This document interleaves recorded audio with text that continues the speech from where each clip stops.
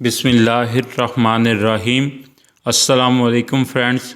इस वीडियो में आप लोगों से घर में आने वाली बेबरकती की अहम तरीन वजूहात शेयर करूँगा। अगर आप इन्हें नज़रअंदाज करेंगे तो आपके घर में बेबरकती और गुर्बत को कोई नहीं रोक सकता। इन वजूहात पर काबू पाकर अपने घर को बेबरकती से बचा सकते हैं। तो आइए जानते हैं। नंबर 1, जूठा खाना ना छोड़ें, भूख के मुताबिक ही बर्तन में खाना डालें। इस्लाम भी हमें इस चीज़ की तालीम देता है। ये हमारे प्यारे नबी हज़रत मोहम्मद सल्लल्लाहु अलैहि वसल्लम की सुन्नत भी है, क्योंकि जब बर्तन में ज़्यादा खाना डालकर आधा खाना खाया जाता है और आधा खाना छोड़ दिया जाता है तो ऐसा करना घर में बेबरकती की वजह बनता है।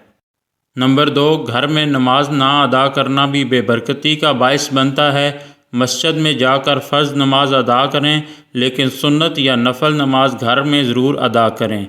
नंबर 3, घर में कुरान मजीद की तिलावत ना करना भी बेबरकती की वजह बनती है कि रोज़ाना कम अज़ कम 10 मिनट ज़रूर कुरान मजीद की तिलावत करें। नंबर 4, चौथी चीज़ फ़जूल खर्ची है। फ़जूल खर्ची से बचें और अल्लाह पाक को फ़जूल खर्ची बिल्कुल नापसंद है और ये भी बेबरकती की बहुत बड़ी वजह है। पाँचवीं चीज़, अल्लाह की राह में ख़र्च ना करना। अगर आप ज़्यादा ख़र्च ना कर भी सकें तो रोज़ाना कुछ ना कुछ सदका दिया करें। इस तरह माल में इजाफ़ा होता है और घर में बेबरकती भी नहीं आती।